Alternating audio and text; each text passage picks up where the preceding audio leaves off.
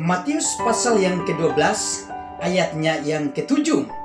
Jika memang kamu mengerti maksud firman ini, yang kukehendaki ialah belas kasihan dan bukan persembahan, tentu kamu tidak menghukum orang yang tidak bersalah. Saudara kekasih, hari ini tema kita berbicara tentang surga, berbicara soal 4 rahasianya. Ketika Tuhan Yesus datang ke dunia pada tahun 2000 yang lalu, Ia memberitakan soal hal kerajaan sorga. Dan tujuan pemberitaan itu mula-mula diberitakan kepada murid-muridnya ataupun orang-orang di zamannya pada waktu itu. Dan bahkan kemudian seluruh pemberitaan Injil yang telah disampaikan oleh Kristus mulai diberitakan oleh para muridnya, mulai dari Yerusalem, Samaria, Yudea, dan sampai kepada ujung-ujung bumi hingga sampai hari ini. Dan hari ini saudara kekasih, kita sudah bisa tahu bahwa firman Tuhan sudah diberitakan dengan berbagai cara, melalui KKR, melalui ibadah di gereja, persekutuan doa, bahkan ibadah rumah tangga, dan bahkan sudah diberitakan melalui majalah, koran, dan lain sebagainya. Dan bahkan sampai di zaman kita ini, di dunia online pun, firman sudah diberitakan kepada seluruh dunia melalui dunia maya. Haleluya. Saudara yang kekasih, ketika kita berbicara soal surga, maka pemahaman kita bahwa surga adalah tempat tujuan akhir perjalanan daripada iman kita sebagai orang yang percaya. Untuk itu saudara yang kasih, di dalam catatan saya 4 rahasia daripada surga itu sendiri yang saya akan beritakan kepada saudara untuk hari ini.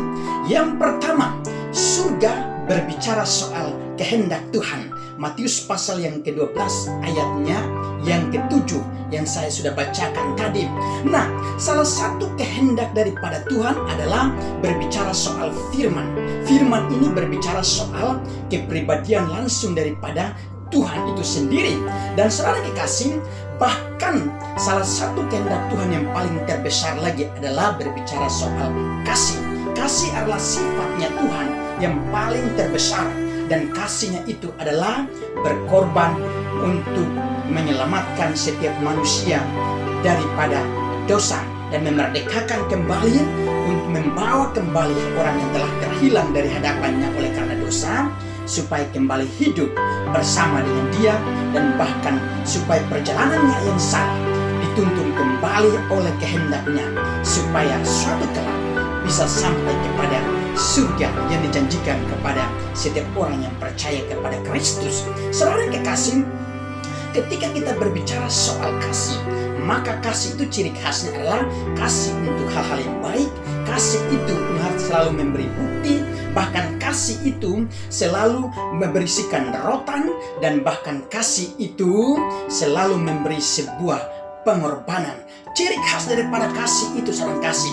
Untuk itu saudara kasih, ketika kita ingin menjadi sempurna seperti Tuhan yang adalah sempurna, maka salah satu sifat yang kita miliki adalah kasih. Kasih itu sabar, kasih itu murah hati, kasih itu lemah lembut, kasih itu rendah hati, kasih itu tidak egois, bahkan kasih itu bisa menerima orang lain di dalam kehidupan sebagai manusia selama mendiami dunia yang fana ini. Saudara kekasih, ketika kita berbicara soal kasih, maka kasih adalah dasar daripada Tuhan. Lalu kita juga diciptakan serupa dan segambar dengan Tuhan. Berarti kasihnya Tuhan harus juga hadir dalam kehidupan kita.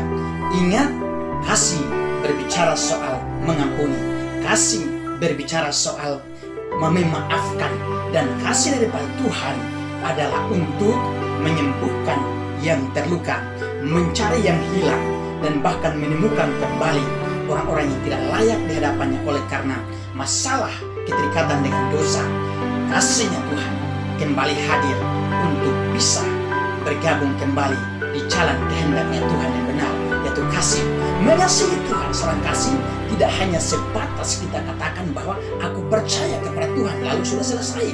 Tidak, tetapi kasih kita harus melakukan dari kedalaman hati kita.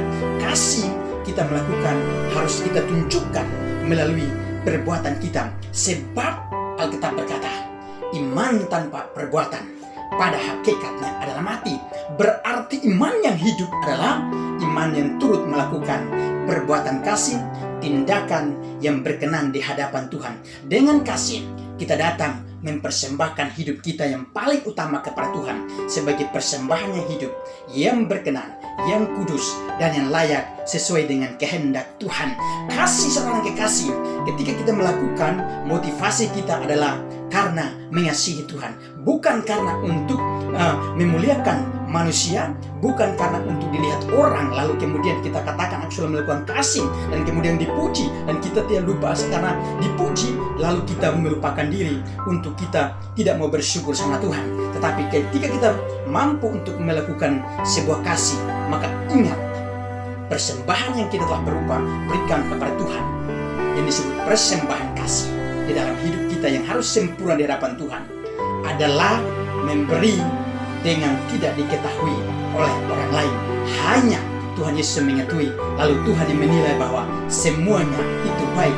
Jika kita melakukan kasih karena untuk menyenangkan hati manusia, menyenangkan hati pendeta, hamba Tuhan, dan pimpinan dan lain sebagainya, maka ingat, perbuatan yang dan tindakannya itu tidak akan bertahan lama, akan menjadi pudar, dan bahkan kita akan tidak mau untuk melakukan lagi, sebab motif kita adalah untuk menyenangkan hati manusia.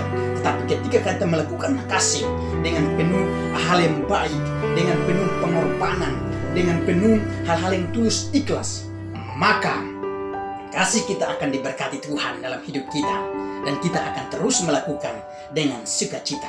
Haleluya. Itu hal yang pertama. Hal yang kedua, surga berbicara soal firman dan karunia. Di dalam Matius pasal yang ke-13 ayatnya yang ke-10, di sana saudara akan membaca sendirinya. Bahkan saya akan menguraikan bahwa mengapa firman ini kerajaan surga berbicara soal firman dan karunia. Kedua materi firman dan surga sangat berkaitan, sangat berhubungan, saling menopang di antara kedua ini dan tidak bisa dipisahkan. Firman ketika kita pelajari adalah berarti kita belajar tentang kepribadian daripada Tuhan. Bahkan kita belajar tentang sifatnya Tuhan. Dan semuanya itu kita bisa dapat mengetahui soal sifat dan kehendaknya Tuhan, bahkan karakternya Tuhan, bahkan pribadinya Tuhan. Semuanya kita bisa dapat mengetahui dari firman. Nah, ketika kita belajar firman, maka tujuannya adalah untuk memberitakan Injil yang dari Tuhan yang kita sudah ketahui kepada orang yang belum mengenal. Dan ketika kita belajar firman Tuhan, berarti kita belajar untuk menambah pengetahuan dalam hidup kita. Dan ketika kita belajar soal firman Tuhan, berarti kita belajar untuk menjadi orang yang terbeban untuk pergi memberitakan Injil kepada orang-orang yang belum mengenal Tuhan atau jiwa-jiwa yang belum diselamatkan. Nah, saudara yang kekasih, ketika kita memberitakan Injil dan ketika kita membaca Injil, lalu kita mengerti, lalu kita memahami dan memberitakannya, maka kedatangan kita sebagai pemberitaan itu adalah sangat istimewa, sangat dijadikan indah di mata Tuhan. Saudara kekasih, firman Tuhan ini tak berlaku sampai hari ini, sebab firman itu berbicara tentang pribadinya Tuhan secara langsung, dan firman ini tidak akan pernah berhenti. Firman Tuhan tidak akan pernah berakhir. Firman Tuhan tetap ada untuk selama-lamanya. Firman Tuhan itu adalah pengetahuan yang langsung daripada Tuhan. Untuk itu, ketika Tuhan Yesus hadir, Tuhan menyatakan bahwa perumpamaan surga itu seperti orang yang menaburkan benih. Ketika ia menaburkan benih, sebagian jatuh di tanah yang berbatu-batu, ada yang jatuh di tanah yang bersemak duri, ada yang di pinggir jalan, dan bahkan ada di tanah yang baik. Nah, karena saudara kekasih, ketika firman ditaburkan lalu jatuh di berbagai tempat yang saya sudah katakan tadi, maka itu artinya bahwa itu adalah kesempatan untuk kita bisa menilai hidup kita. Jadi firman menjadi alat atau sarana untuk kita mampu mengukur kapasitas hidup kita, posisi hidup kita, apakah di pinggir jalan, atau sedang berada di semak duri, atau sedang berada di tanah yang baik, atau sedang berada di jalan yang tidak dikehendaki oleh Tuhan. Saudara yang kekasih, ketika benih firman ditaburkan, maka hasilnya kita bisa dapat ketahui dari pertumbuhan kita, dari kemampuan kita, dari setiap kemauan, setiap pengakuan, bahkan dari setiap ucapan kita bahwa kita mengasihi Tuhan. Ketika firman itulah yang akan kembali untuk menguji setiap tingkat pertumbuhan orang di dalam Tuhan. Nah, saudara kekasih, orang yang bertumbuh di dalam Tuhan, ketika benih itu ditaburkan, adalah orang-orang yang akan kelihatan pertumbuhannya itu. Ada yang 30 kali lipat, ada yang 60, dan bahkan ada yang 100 kali lipat pertumbuhannya. Lalu bagaimana hubungan firman dengan karunia? Karunia berbicara soal pemberian dari Tuhan kepada setiap manusia. Atau dengan kata lain, kemampuan yang Tuhan berikan baik secara khusus maupun umum kepada seseorang. Tujuan daripada karunia-karunia yang dimana dikatakan oleh Alkitab bahwa ada karunia nubuat, ada karunia pengetahuan, ada karunia bernyanyi, ada karunia untuk menyatakan mujizat, bahkan kesembuhan dan lain sebagainya. Semuanya itu adalah karunia yang datang daripada Tuhan, atau disebut kemampuan-kemampuan yang dikaruniakan Tuhan. Tujuannya dan salah satu tujuannya adalah untuk mengetahui akan firman Tuhan. Kebijakan kita bisa terima melalui setiap karunia yang kita miliki, disebut karunia kebijakan, untuk kita bisa membedakan mana yang baik, mana yang jahat. Lalu kita juga dengan karunia kita bisa belajar untuk merubah cara hidup kita, dan bahkan dengan karunia kita belajar untuk terus memahami firman Tuhan. Dan firman yang kita tahu akan menjadi sarana untuk kita terus belajar mengenal kehendak Tuhan, yang salah satunya adalah kasih itu. Nah, saudara kasih, itu hal yang kedua. Hal yang ketiga, surga berbicara tentang pertumbuhan. Di dalam pasal 13 dari kitab Matius, ayatnya yang ke-31 dan ayat yang ke-32. Firman Tuhan ketika ditaburkan, maka Alkitab katakan bahwa setiap firman yang keluar dari mulutnya Tuhan tidak akan pernah kembali dengan sia-sia. Bahkan seluruh rasul-rasul Tuhan, hamba-hamba Tuhan, pendeta dan pelayan Tuhan, semuanya adalah penyambung lidahnya Tuhan untuk memberitakan firman-Nya kepada dunia. Dan ketika kita yakin memberitakan Injil itu yang baik, maka hasilnya juga adalah pertumbuhan itu harus ada. Jadi firman ketika kita mempelajari dan memberitakan, maka akan terjadi adalah pertumbuhan. Dan ketika pertumbuhan ini sangat disebut dengan istilah pertumbuhan iman. Dan iman ini merupakan jembatan atau perjalanan atau sebuah jalan yang akan terus menuntun kita untuk menuju kepada kerajaan surga yang disebut atau yang begitu banyak diidam-idamkan oleh banyak orang untuk memasuki atau mendiami suatu saat. Tetapi ingat saudara, pertumbuhan iman kita sepanjang kita mendiami dunia, dan ketika kita melaksanakan atau mewujudkan pertumbuhan iman dalam hidup kita, maka kita sangat perlu untuk ketahui bahwa perjalanan iman kita selama mendiami dunia ini adalah masih terus berliku-liku.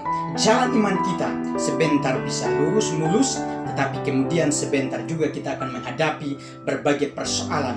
Nah, yang menentukan perjalanan iman kita itu mulus atau tidaknya adalah kita dan Tuhan. Sebab Tuhan memberi kekuatan kepada kita supaya kita mampu untuk menjalani sebuah perjalanan iman. Perjalanan iman itu ada namanya merupakan sebuah proses, dan perjalanan iman itu adalah merupakan sebuah sarana untuk kita bisa sampai kepada tujuan yang dikehendaki oleh Tuhan. Nah, iman yang dibutuhkan untuk bisa sampai kepada surga adalah iman yang bertumbuh. Dengan iman orang bisa melakukan kehendak Tuhan. Sebab alasannya karena ia percaya apa yang dilakukan adalah benar dan tidak salah. Dan apapun yang kita lakukan selama mendiami dunia untuk hal-hal yang baik, yang untuk sesuai dengan kehendak Tuhan, kita harus bisa beriman, dan kita iman dan percaya bahwa semuanya lakukan untuk memuliakan nama Tuhan. Haleluya. Itu hal yang ketiga. Hal yang keempat adalah surga berbicara soal kesatuan. Di dalam Matius pasal 13 ayatnya yang ke-47. Saudara kekasih, di ayat ini berbicara bahwa sekelompok orang akan mengumpulkan ikan-ikan dengan pukat dan lain sebagainya. Tetapi kerajaan ini diumpamakan seperti itu. Demikian pula artinya adalah bahwa di akhir zaman Tuhan akan memerintahkan para malaikatnya lalu mengumpulkan orang dari berbagai suku, bangsa, bahasa, dari berbagai belahan dunia ini. Tetapi setelah dikumpulkan, yang terjadi adalah dipisahkan mana ibarat ikan yang baik dan mana ibarat ikan yang tidak baik. Yang baik akan masuk kerajaan surga, yang tidak baik tidak masuk dalam kerajaan surga. Untuk itu saudara kasih yang perlu untuk kita garis bawahi atau kita mengetahui, memahami lagi adalah bahwa Alkitab juga menyatakan bahwa bukan orang yang berseru Tuhan akan masuk ke dalam kerajaan surga, tetapi orang yang melakukan kehendak Tuhan, orang yang benar-benar mengasihi Tuhan, orang yang benar-benar tidak untuk berbuat sesuatu yang tidak berkenan kepada Tuhan, tetapi orang yang benar-benar mengasihi Tuhan lebih dari segalanya. Saudara yang kekasih, untuk itu sekalipun kita bisa berkumpul ibadah di gereja, di persekutuan doa, di perkumpulan rohani, di rumah tangga, bahkan kita bisa memahami akan kebenaran Tuhan dengan baik, tetapi ingat, di akhir zaman, sekalipun kita sudah bersatu dan kita sudah mengenal Tuhan, kita sudah mengetahui Tuhan sebagai Tuhan yang pasti, tetapi di akhir zaman kita pun akan dipilih lagi. Jika kita hidup kita berkenan di hadapan Tuhan, maka kita akan dipisahkan dengan orang yang hidupnya tidak berkenan di hadapan Tuhan. Tetapi orang yang tidak berkenan di hadapan Tuhan, tidak menjadi pilihan Tuhan, maka Tuhan akan memisahkan dari kehidupan orang-orang yang benar. Sebab orang-orang yang telah dipilih Tuhan untuk masuk dalam kerajaan-Nya adalah orang-orang yang dipanggil untuk membesarkan nama Tuhan, untuk menyembah memuji Tuhan.